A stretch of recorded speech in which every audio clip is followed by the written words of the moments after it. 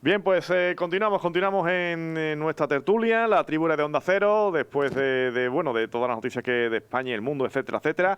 Y bueno, con Cesario hablábamos del hecho de la implantación del estado de alarma, si era fácil, ahora una vez que finalice, para las comunidades autónomas, Cesario, tú comentabas que a no ser que haya... Hombre, para a lo mejor haber algún tipo de instrumento legal, tipo alerta sanitaria, pero tú en ese caso puedes confinar a los que están contagiados. Yo veo difícil que puedas confinar a una población entera. Lo veo difícil, no digo que sea imposible porque hay mecanismos legales que se inventan para todo, ¿no?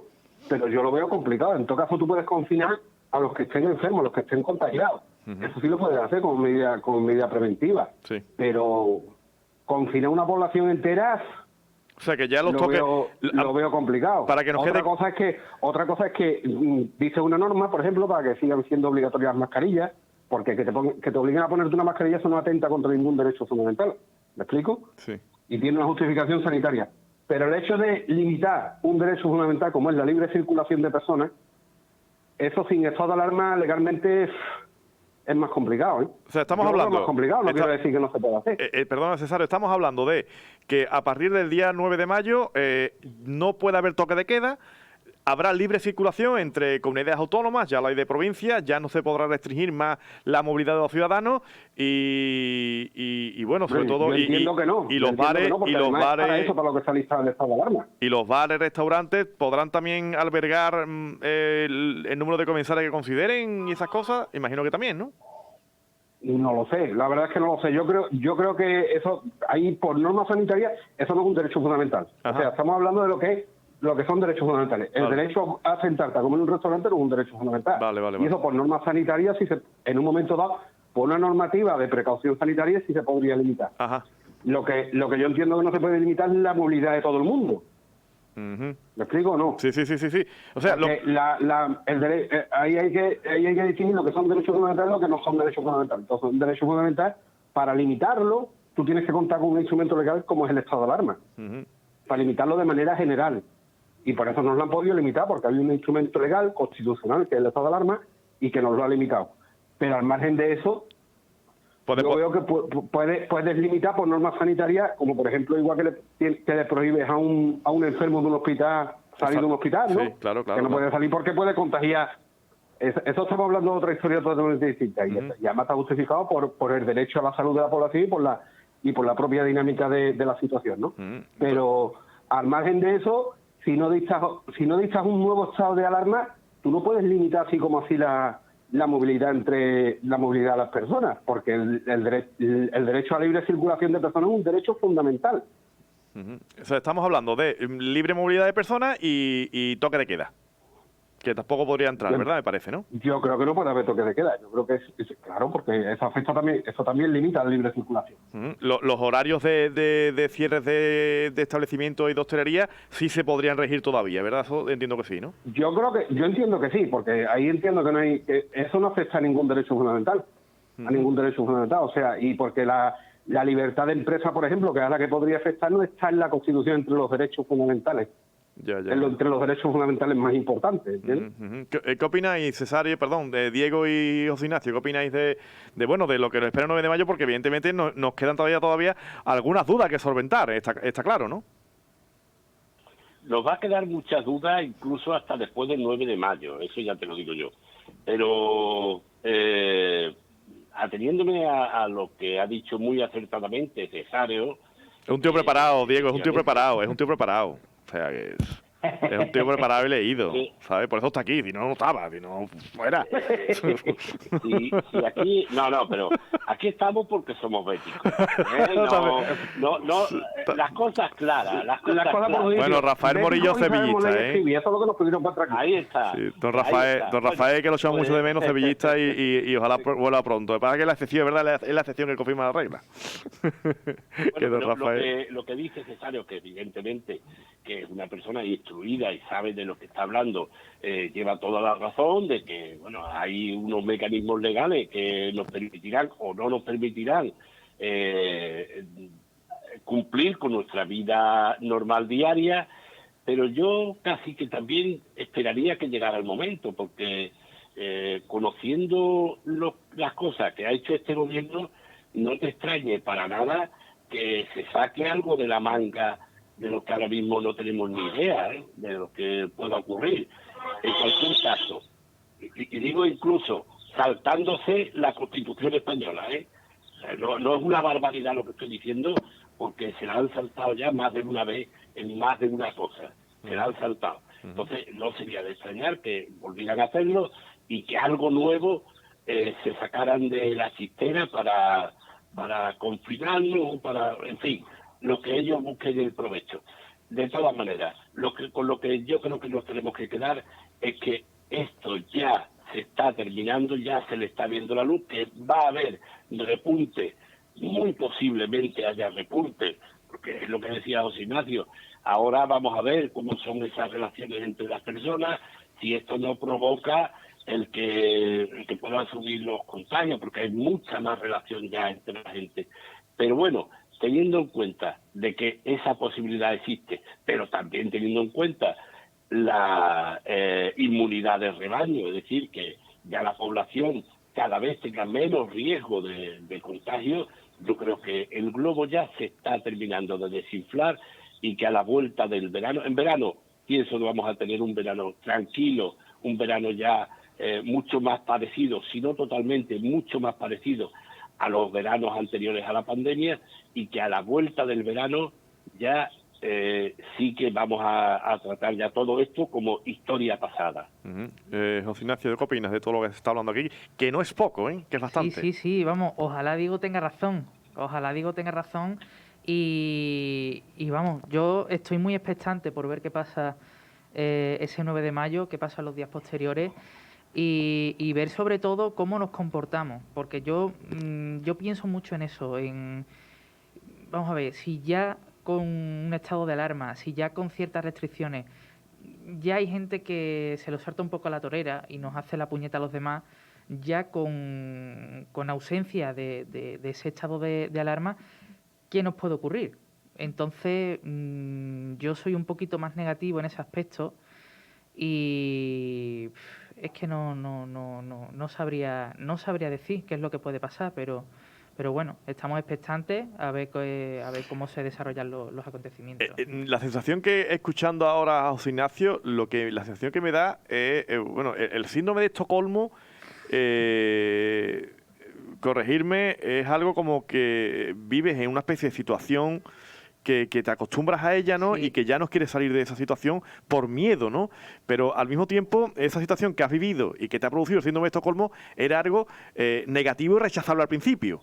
Es decir, estamos hablando de que nos hablaban de un estado de alarma y decíamos todo, ¿esto qué es? ¿Esto qué es? ¿Qué está pasando aquí? ¿No? Y ahora nos sacan del estado de alarma y diciendo, pero por Dios, ¿por qué nos sacan del estado de alarma? Si yo quiero estar en el estado de alarma, cuando antes no quería estar. Cesario, ¿vivimos un síndrome de Estocolmo aquí un poco parecido ahora? No, yo creo que más que un síndrome de Estocolmo es un estado de precaución, ¿no? Y más que un estado de alarma es un estado de precaución, de prudencia. Hay que tener... Yo estoy de acuerdo con lo que dice José Ignacio, que hay que tener un estado de prudencia. Igual que he comentado yo antes, que a mí me parece imprudente, vamos, no hablo de espacio abierto, pero en espacio cerrado me parecería imprudente dejar de usar la mascarilla. ¿Me explico? Uh-huh. ¿Por qué? Porque esto está aquí, estamos asistiendo a cosas como lo que está pasando, por ejemplo, en la India, ¿no? Sí. Está habiendo miles de muertos a diario por una nueva cepa del virus. Que sí, que nos van vacunando, que la extrema gravedad de la situación está desapareciendo, pero eso no significa que el virus haya desaparecido a día de hoy. Nunca va a desaparecer. Ojalá más adelante sí, yo me gustaría mucho que pasara lo que dice Diego, ¿no?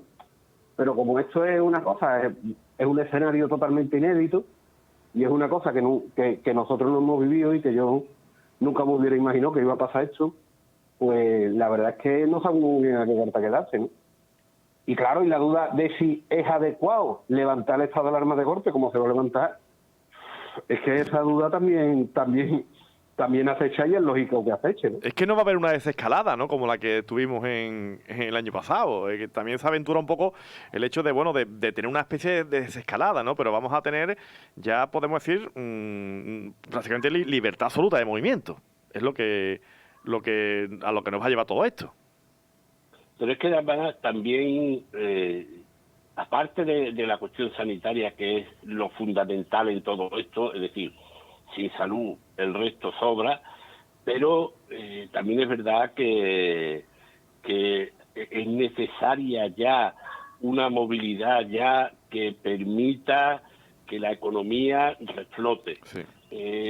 Bueno, no voy a decir palabras muy rimbombantes, pero sí me voy a referir a un caso. Un día iba yo por la calle en Lora precisamente, y me encontré a una persona que hacía, no sé, 40 años que yo no veía, no sé cuántos años.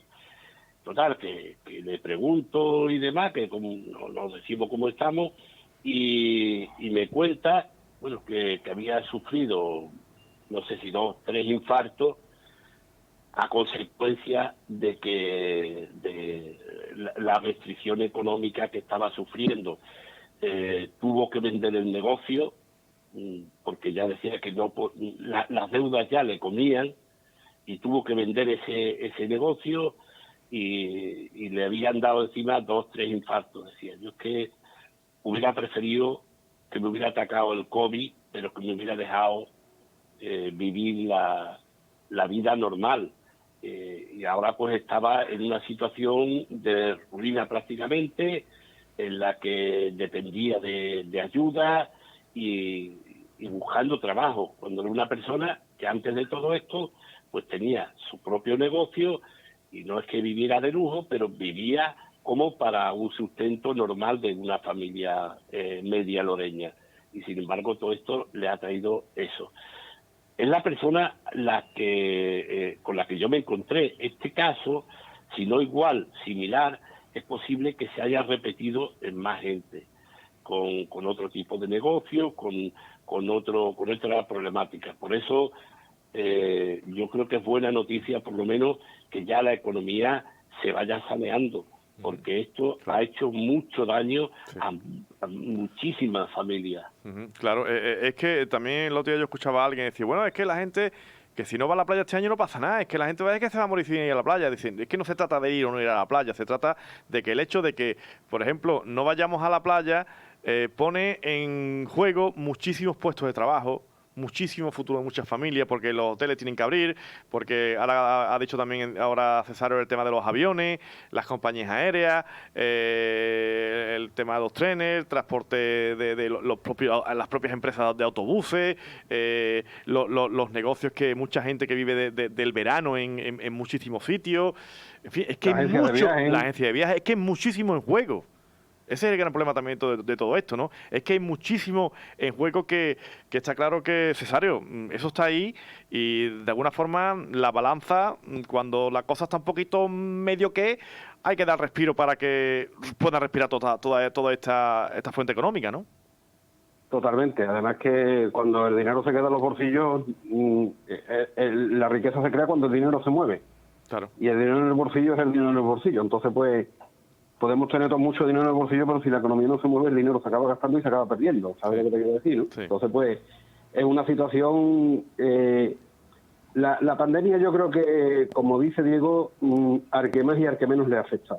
Yo creo que poca gente pueda ver que diga que la pandemia no le ha afectado, ¿no? Y el que se crea que no, más adelante se van a notar los efectos. Porque esto ha sido un empobrecimiento muy grande para todos, las arcas, incluso para las arcas públicas, porque claro, por mucho que ahora venga un rescate de Europa, ese rescate más adelante habrá que pagarlo también. O sea, que no nos creamos que esto es a partir del día 9. Esto tiene todavía mucho recorrido.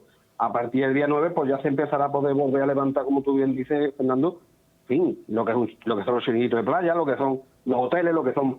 Pues no nos engañemos, es que España es un país en el que el sector servicios, el sector turístico, es el que más empleo da y es el que sostiene la economía. Totalmente. Y precisamente es el más afectado por la pandemia. Entonces, esto es importante que empiece a reflotarse. Es que no nos queda más remedio. Es que Sevilla es una ciudad, por ejemplo, que lleva año y pico sin turistas. Es que eso era inconcebible. O sea, una ciudad que vive del turismo como Sevilla, que está abriendo, que aquí otra cosa no, pero hoteles se están abriendo por todos lados, porque además da mucho trabajo, porque un hotel da mucho trabajo. Sí. Y sin embargo, el año que llevamos con todos los hoteles en ERTE, con toda la gente en su casa, eso es que no hay país que no resista mucho tiempo más. Tampoco. No. Y ahora la pena también ver las tiendas de souvenir, que en vez de vender souvenir venden mascarillas, ¿no? Ahora han cambiado y es Totalmente. Se han adaptado. el claro ejemplo, ¿no? Ahora mismo, ¿no? Alto en el camino, y ahora ya sí vamos a entrar con el tiempo de los ofendidos, que queremos hacer una especie de reflexión. Hoy en día nos ofendemos por cualquier cosita. Así que entramos ya de nuevo tras este alto en el camino.